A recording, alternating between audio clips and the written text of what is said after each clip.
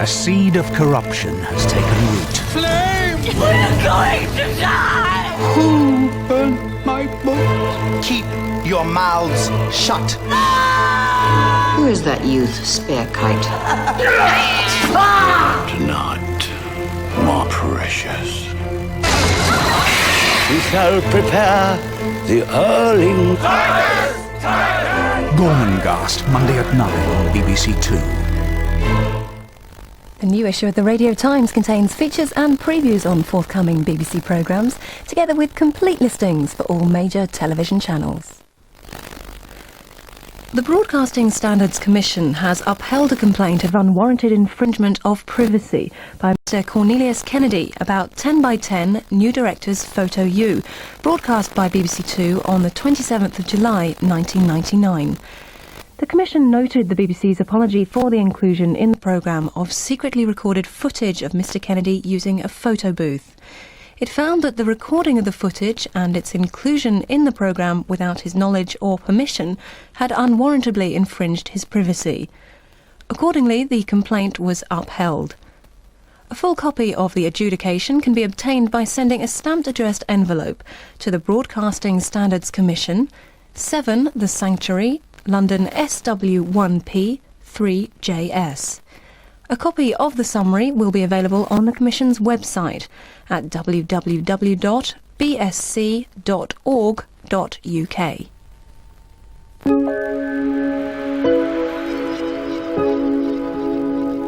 This is BBC Two with a special delivery.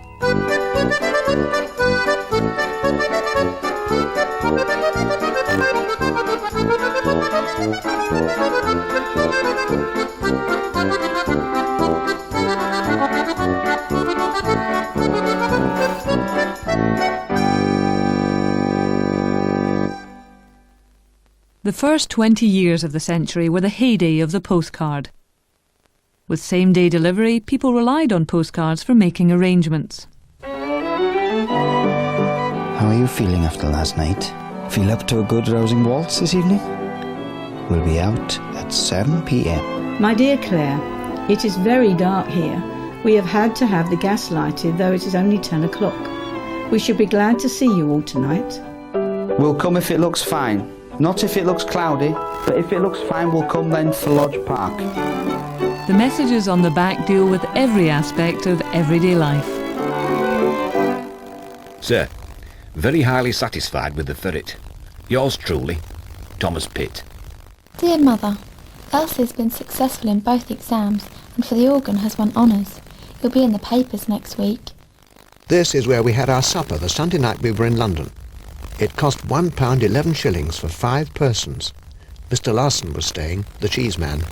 He came up and spoke to us and asked where the Colonel was. Servants write to servants. Dear Flo, thanks for the card, Ducky. Truly, I don't know what to advise or to tell you. This is a world. Let's get married and be our own governors. Dear Jimmy, how goes it with you out there just now? A bit hot, I suppose. I'm getting on A1. I'm a kind of dairymaid now. Didn't see anything of you, old girl, Sunday. I suppose you were about somewhere. What a rough night. Cook is out in it. What a joke. Hope to see you Sunday, if not before. Our visitor is gone, thank goodness. Tradesmen write and are written to. Dear Madam, I'm obliged for your letter of yesterday, and a waist belt in white satin painted with forget-me-nots and pink rosebuds is being made for you on approval. This will be sent you on Tuesday next, size 31 inches. Please send 1.5 stone black pudding, half stone white pudding, obliged. Will you please send me a pair of strong boots to my last measurements? Lovers communicate by what they say and the pictures they choose. Dear Albert, just a few lines to you, love, hoping you are all right, that your cold is still improving.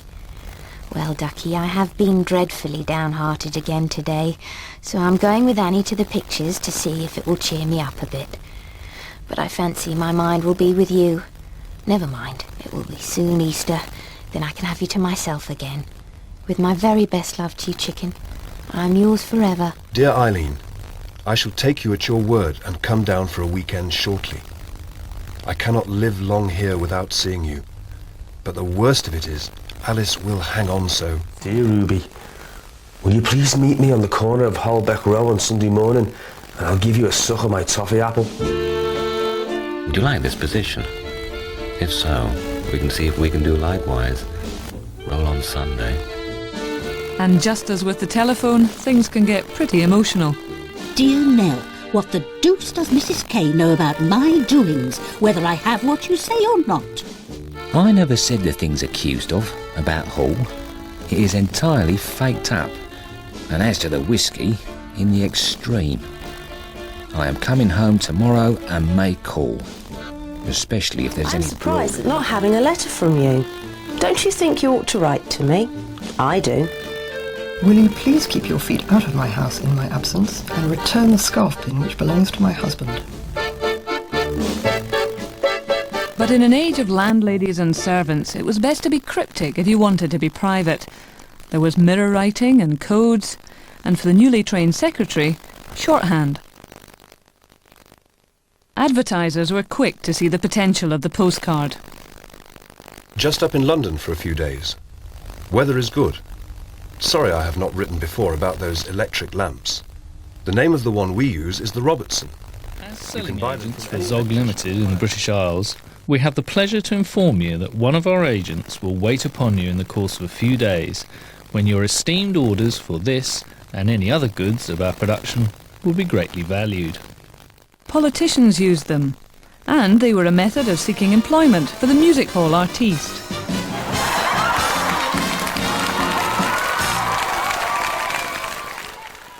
People wanted to know what the famous looked like.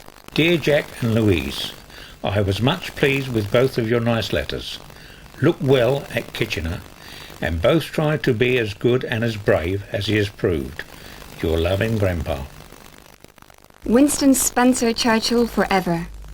I hope your leg is better. Best love to all. See the conquering hero come. Hope you had a good time in Thurso. Shall write in detail later. Stage stars in particular were a favourite subject. I worship at the shrine of the beautiful Clara Butt. Have you heard her?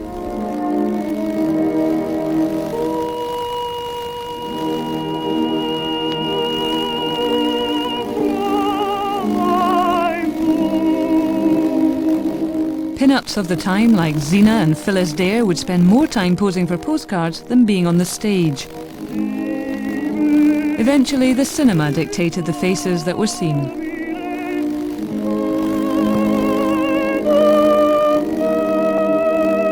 I thought you would like this picture of Mary Pickford and Douglas Fairbanks. As you will see, it was taken while they were in London. Here's another card for your collection. Isn't it a beauty? Although a few legends live on, all of these were once household names.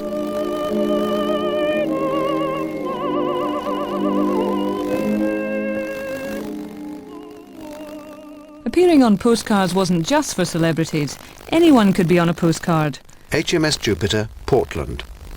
Dear sister, hope you are all quite well at home. All quite well here. Just returned to ship from 4 days' leave. This is my photo, just had a few done. Love to Bess and George and yourself.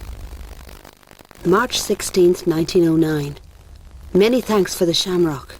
I am usually fortunate enough to have a piece sent over from the old country for the occasion. This group was taken on Monday last. I need hardly add that we all gorged together at the same table at meal times. Hoping you are all flourishing. Joni. Dear B, received postcard quite safe. Very pleased to hear from you. What do you think of this? I think it is rotten.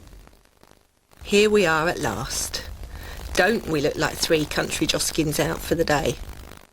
I'm sending you my photo as I thought you'd like to have one. I'm sorry I've not written before, but I've been very busy. I expect to give up service altogether next July. Going to live with my auntie as my cousin's going to be married. Love to Amy and Charlie. Do write a few lines. Annie.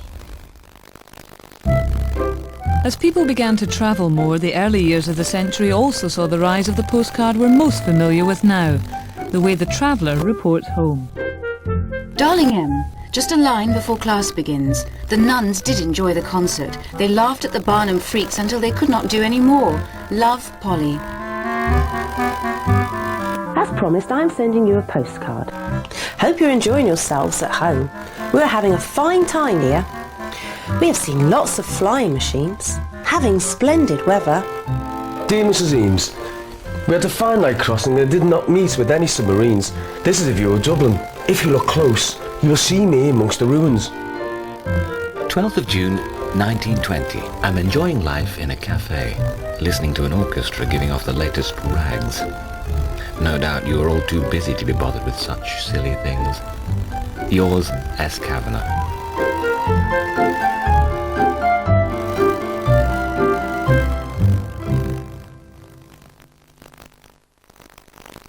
Is the world driving you insane?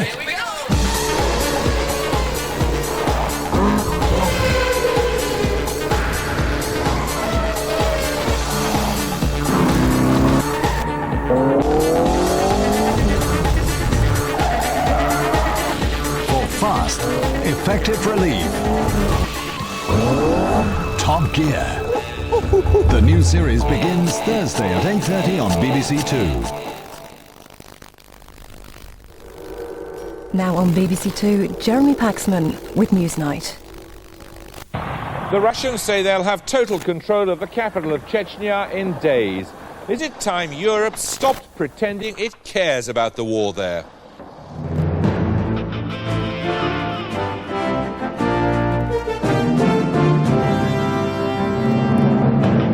Good evening. The battle for Chechnya is reaching a climax tonight. The Russians say the fall of the capital is imminent.